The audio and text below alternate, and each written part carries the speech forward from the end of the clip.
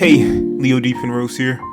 So, I asked ChatGPT to come up with some user requirements for a journaling app to help improve mental health. I took those user requirements and started working on an MVP. I did a quick mockup in Figma. Then, I started working on a backend. I wanted more practice with Python, so I chose it as my backend language. Django as my web framework, Postgres for my database. I set up my database in the settings config file, naming the database after the project. I love you too, as a reminder that we have to be more kind to ourselves. I then went on to try to start the server and make sure that all my configs allowed it to run, and it did. I ran into an error because I left the base directory name where my database name is supposed to go. But after a quick Stack Overflow search, I fixed my database name and I was able to start my server.